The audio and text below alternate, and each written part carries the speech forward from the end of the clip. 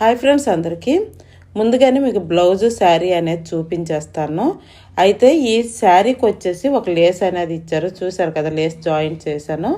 ఈ Lay's first వచ్చేసి బ్లౌజ్కి జాయింట్ చేసిన తర్వాత మిగిలిన లేసు 9 మీటర్ల లేస్ కదా, మిగిలిన లేస్ వచ్చేసి శారీకి అనేది స్టిచ్చింగ్ అనేది చేశా. ఫ్రంట్ చూసారు, బ్యాక్ వచ్చేసి డ్రాప్ నెక్.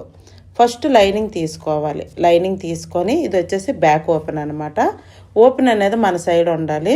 ఓపెన్ సైడు స్ట్రైట్గా అంటే హెచ్చు తగ్గులు అనేది వస్తుంది కదా, స్ట్రైట్గా ఒక లైన్ అనేది డ్రా చేసుకొని కింద కూడా హెచ్చు తగ్గులు అనేది లేకుండా ఇలా స్ట్రైట్గా ఫస్ట్ లైన్ అనేది డ్రా చేసుకోండి. ఇక్కడ బ్లౌజ్ పొడవు వచ్చేసి 14 ఇంచీలు. ఇది బోట్ నెక్ కాబట్టి, బ్యాక్ వచ్చేసి బోట్ నెక్ కాబట్టి ఒక 1/2 ఇంచ్ అనేది ఎక్స్ట్రా తీసుకుంటాను. 14 ఇంచీలకి 15.5 ఇంచీలు అంటే 1.5 ఇంచి ఎక్స్ట్రా అనేది తీసుకొని ఈ విధంగా లైన్ అనేది డ్రా చేసుకొని నెక్ వెడల్పు వచ్చేసి 4 ఇంచీలు, 1/2 ఇంచి అనేది ఊక్స్ కాజా పట్టి, బ్యాక్ ఓపెన్ కాబట్టి ఊక్స్ కాజా పట్టికి వెళ్ళిపోతుంది. షోల్డర్ వెడల్పు ఖర్చులతో కలిపి 3 ఇంచీలు అనేది తీసుకున్నా. ఆర్మ్ హోలు పొడవు వచ్చేసి 7 ఇంచీలు. చెస్ట్ సైజ్ వచ్చేసి 36 ఇంచీలు. 36 ఇంచీలని 4 భాగాలు చేసుకుంటే 9 ఇంచీలు వస్తుంది. 9 ఇంచీలకి 1/2 ఇంచి ప్లస్ చేసుకోండి. బ్యాక్ ఓపెన్ ఊక్స్ కాజా పట్టికి 1/2 ఇంచి వెళ్ళిపోతుంది. 9.5 ఇంచీలు చెస్ట్, నడుం సైజు కూడా 9.5 ఇంచీలని ఈ విధంగా కింద పైన డాట్స్ పెట్టుకున్నాం కదా, ఆ డాట్స్ అనేది కలుపుకొని ఖర్చు వచ్చేసరికి ఇక్కడ 1.5 ఇంచి కానీ 2 ఇంచీలు కానీ తీసుకోండి. బోట్ నెక్ కాబట్టి ఆర్మ్ హోల్ డౌన్ వచ్చేసి 7 ఇంచీలు అనేది పెట్టాను. అదే నార్మల్ అయితే 6 ఇంచీలు అయితే సరిపోతుంది. అయితే ఇప్పుడు పైన వచ్చేసి బోట్ నెక్ కానీ, హై నెక్ కానీ, కాలర్ నెక్ కానీ పక్కా ఇది వచ్చేసి 1/2 ఇంచి అనేది డౌన్ అనేది పెట్టుకోవాలి. ఇక్కడ పైన షోల్డర్ దగ్గర 1/2 ఇంచి డౌన్ పెట్టుకొని ఆర్మ్ హోల్ అనేది షేప్ తీసుకున్న తర్వాత ఒకసారి కొలత అనేది చూసుకోండి. మీ ఆర్మ్ హోల్ ఎంత ఉంటుందో అంత కొలతని చూసుకోండి. ఇది 36 ఇంచీలు కదా, 36 ఇంచీలకి ఆర్మ్ హోల్ వచ్చేసి 17 ఇంచీలు. సగం చేసుకుంటే 8.5 ఇంచీలు కావాలి. 8.5 ఇంచీలు వచ్చిందా లేదా నేను ఒకసారి చెక్ చేసుకున్నాను, మీరు కూడా అలానే చెక్ చేసుకోండి. ఇక్కడ నెక్ పొడవు వచ్చేసి 11 ఇంచీలు. పైన బోట్ నెక్, కింద వచ్చేసి డ్రాప్ నెక్ కదా. అయితే ఇప్పుడు పైనుంచి 3.5 ఇంచీల దగ్గర ఒక మార్కింగ్ చేసుకొని వెడల్పు వచ్చేసి 4 ఇంచీలు ఇలా డబ్బా షేప్లో తీసుకొని రౌండ్ షేప్, బోట్ నెక్ ఏ షేప్ ఇచ్చుకుంటామో ఆ షేప్ అనేది ఇచ్చుకొని అక్కడ నుంచి ఒక 1/2 ఇంచి దగ్గర, ఒక 1/2 ఇంచి కానీ 1/2 ఇంచి దగ్గర ఒక మార్కింగ్ చేసుకొని డ్రాప్ నెక్ కోసము మీరు ఎక్కువ వెడల్పు పెట్టుకుంటే ఎక్కువ వెడల్పు పెట్టుకోవచ్చు. అయితే ఇక్కడ 4 ఇంచీలు వెడల్పు అనేది పెట్టుకున్న. పొడవు వచ్చేసి టోటల్ పొడవు 11 ఇంచీలు. ఈ బాక్స్ లోపల మీకు ఏ డిజైన్ కావాలంటే ఆ డిజైన్ మార్కింగ్ చేసుకోండి. ఇక్కడ వీళ్ళు వచ్చేసి డ్రాప్ నెక్కే కావాలన్నారు కాబట్టి డ్రాప్ నెక్ అనేది మార్కింగ్ చేశా. ఇప్పుడు బ్లౌజ్ బ్యాక్ పార్ట్ అనేది రెడీ అయ్యింది కదా, ఏదైతే మార్కింగ్ చేసుకున్నామో ఆ మార్కింగ్ చేసుకుంది కటింగ్ చేసుకోవాలి. ఇక్కడ వచ్చేసి ఒకటి చెప్పాలి, నేను చెస్ట్ ఎంత పెడతానో నడుము కూడా అంతే పెడతాను. ఫ్రంట్ కూడా సేమ్ అంతేని, చెస్ట్ ఎంత పెడితే నడుము అంతే పెడతా. కానీ ఫ్రంట్ వచ్చేసరికి మీరు ఆల్రెడీ నా వీడియో కానీ చూస్తే మీకు అర్థమవుతుంది. ఫ్రంట్ వచ్చేసరికి సైడ్స్ అనేవి ఎక్స్ట్రా అనేది ఏ బ్లౌజ్కైనా తీసుకుంటా, కానీ వాళ్ళ సైజుని బట్టి మాత్రం తీసుకుంటా. మొత్తం మనం డాట్స్ అన్ని కుట్టిన తర్వాత మనకి ఎంత నడుము కావాలో అంత నడుము అనేది వచ్చేస్తుంది. అది ఒకసారి మీరు చెక్ చేయండి. ఈ కొలతలు బట్టి ఒకసారి కుట్టి చూడండి, ట్రై చేయండి బ్లౌజ్ ఎలా వస్తుందని. ఇప్పుడు ఫ్రంట్ పార్ట్ వచ్చేసరికి బ్యాక్ ఓపెన్ బ్లౌజ్ కాబట్టి ఫ్రంట్ పార్ట్ వచ్చేసి క్లోజ్ మన సైడ్ ఉండాలి, ఓపెన్ అనేది అవతల సైడ్ ఉండాలి లైనింగ్ అనేది. అయితే ఇక్కడ నెక్ వెడల్పు వచ్చేసి 3 ఇంచీలు, షోల్డర్ కూడా 3 ఇంచీలు. ఆర్మ్ డౌన్ వచ్చేసరికి 6 ఇంచీల దగ్గర ఒక మార్కింగ్ చేసుకొని చెస్ట్ సైజ్ వచ్చేసి 9.5 ఇంచీల దగ్గర ఈ విధంగా మార్కింగ్ చేసుకొని, అయితే ఇక్కడ ఆర్మ్ హోల్ లోతు వచ్చేసరికి లోపలికి ఒక 3/4 ఇంచ్ అనేది మార్కింగ్ చేసుకొని ఇలా 3/4 ఇంచ్ దగ్గర మార్కింగ్ చేసుకొని పైన కింద కలుపుకొని ఆర్మ్ హోల్ లోతు అనేది షేప్ తీసుకుంటాను. ఎందుకంటే నెక్ వెడల్పు తర్వాత షోల్డర్ వెడల్పు అనేది పెరిగితే ఆర్మ్ హోల్ వచ్చేసి లోతు వచ్చేసి కొంచెం ముందుకు తీసుకోవాలి, లేదనంటే ముడత అనేది వచ్చేస్తుంది. ఇప్పుడు నెక్ పొడవు వచ్చేసి 7 ఇంచీలు, నెక్ వెడల్పు వచ్చేసి 3 ఇంచీలు. ఇప్పుడు పైన కింద ఈ డాట్స్ అనేది కలుపుకున్న తర్వాత ఇక్కడ ఏ షేప్ కావాలంటే ఆ షేప్ అనేది తీసుకోండి. నేనైతే ఇక్కడ రౌండ్ షేప్ అనేది తీసుకుంటాను. ఇప్పుడు బ్యాక్ పార్ట్ తీసుకొని బ్యాక్ పార్ట్ సైడ్స్ ఉన్నాయి కదా, ఆ సైడ్స్ అనేది మార్కింగ్ చేసుకోండి. ఎందుకంటే ఫ్రంట్ బ్యాక్ హెచ్చు తగ్గులు అనేది వస్తే కుట్టేటప్పుడు హెచ్చు తగ్గులు అనేది అయిపోతుంది. ఇప్పుడు బ్లౌజ్ పొడవు బ్యాక్ ఎంత పెట్టానో ఫ్రంట్ కూడా అంతే పెడతాను. బ్యాక్ వచ్చేసి 15.5 ఇంచీలు, ఫ్రంట్ కూడా 15.5 ఇంచీలు. లేదు అని అంటే ఒక్కొక్కసారి అనేది పైకి వెళ్ళిపోతుంది అనమాట తక్కువ పెట్టామంటే. అయితే చెస్ట్ 9.5 ఇంచీలు కదా, నడుము కూడా సేమ్ 9.5 ఇంచీలు పెట్టి పైన కింద కలుపుకున్న తర్వాత ఇక్కడ నేను 1.5 ఇంచీ మాత్రమే ఖర్చు అని తీసుకున్నా. ఒకసారి ఇలా చెక్ చేసుకోండి బ్యాక్ పార్ట్ పెట్టి కరెక్ట్గా సైడ్స్ ఉన్నాయా లేవా అని.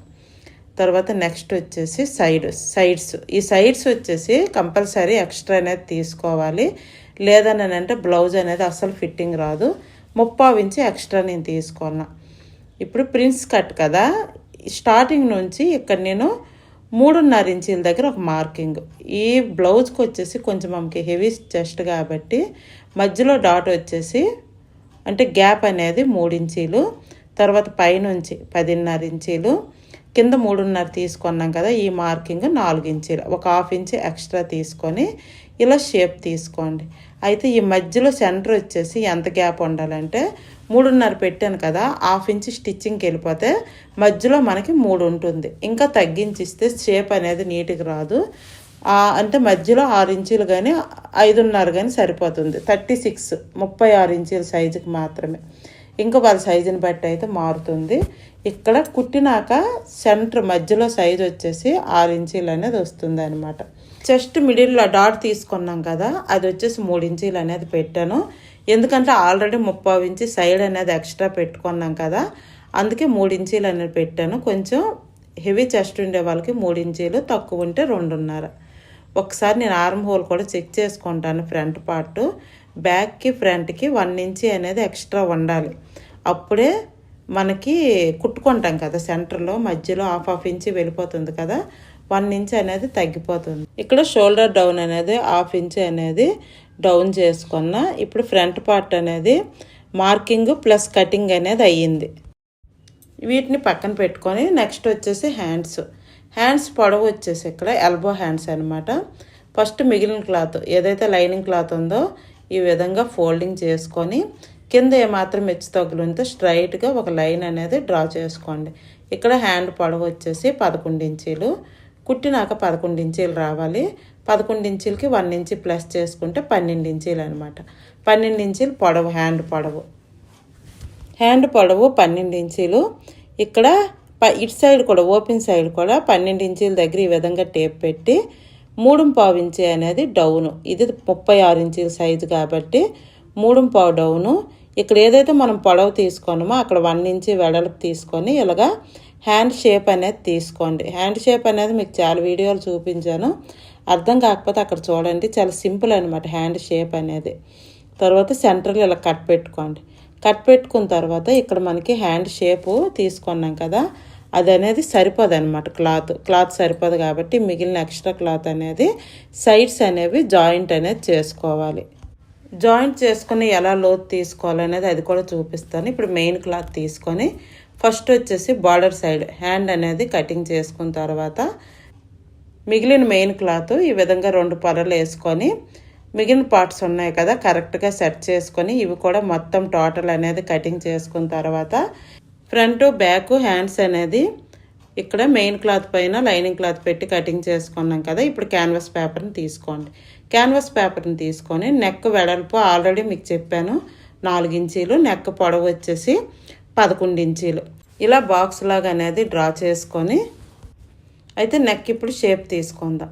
నెక్ షేప్ వచ్చేసరికి పైన 4 ఇంచీలు కదా, పైన బోట్ నెక్ వస్తుంది.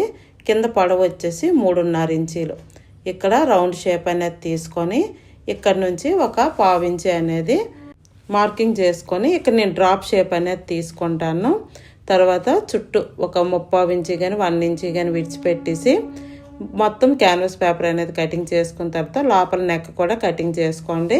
ఇలా కటింగ్ చేసుకున్న తర్వాత ఫ్రంట్ నెక్ కూడా మీకు చూపించేస్తాను. ఇక్కడ మిగిలిన క్యాన్వాస్ పేపర్ ఉంది కదా, మనం మెయిన్ వచ్చేసి లైనింగ్ క్లాత్ పైన మనం మార్కింగ్ చేసుకున్నాం నెక్ పొడవు వచ్చేసి 7 ఇంచీలు, నెక్ వెడల్పు వచ్చేసి ఫ్రంట్ పార్ట్ 3 ఇంచీలు.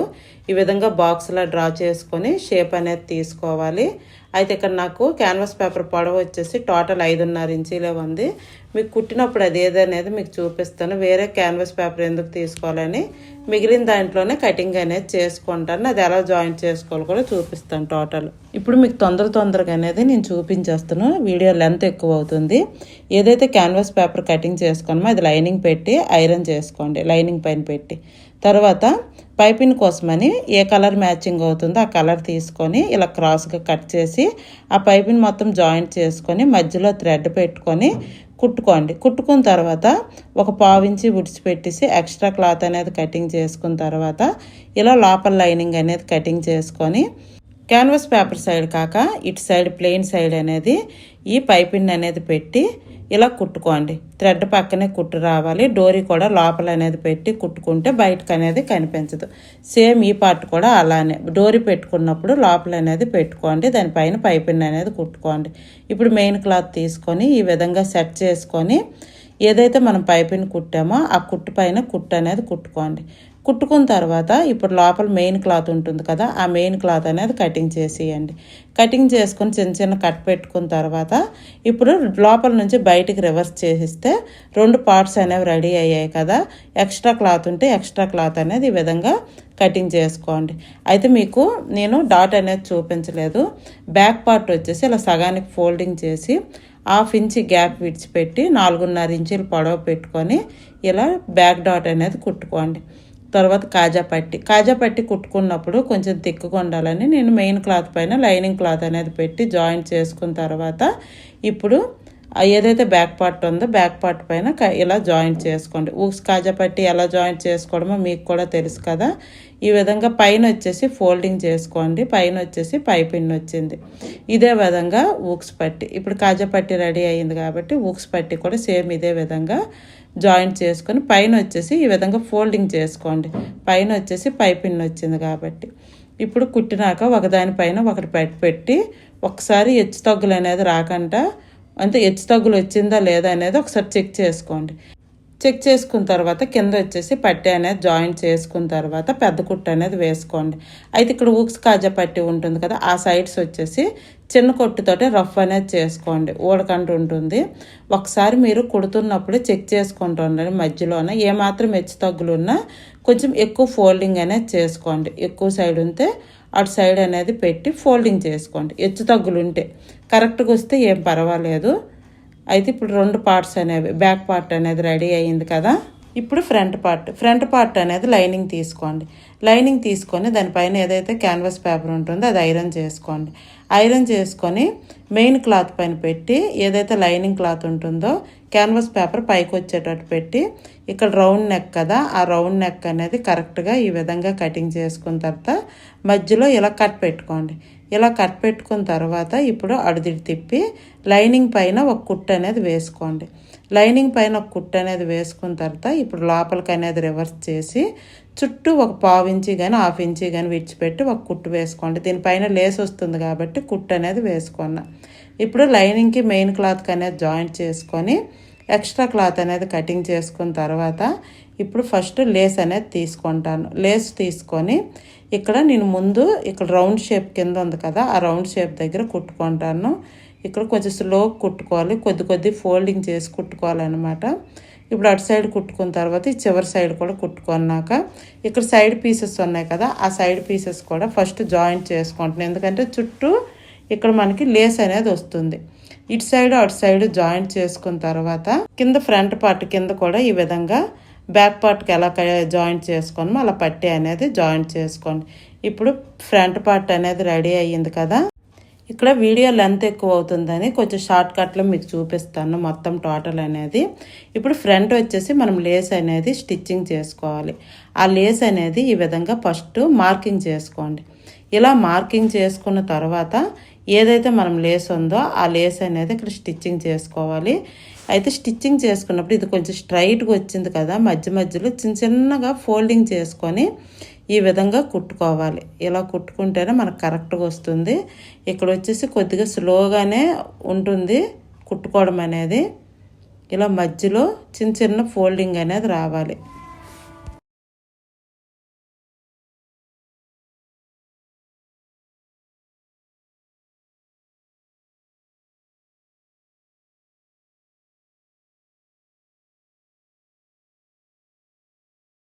ఇలా మొత్తం కుట్టినాక ఇటు సైడ్ కూడా చివరిలో కూడా మొత్తం కుట్టు అనేది కుట్టుకోండి.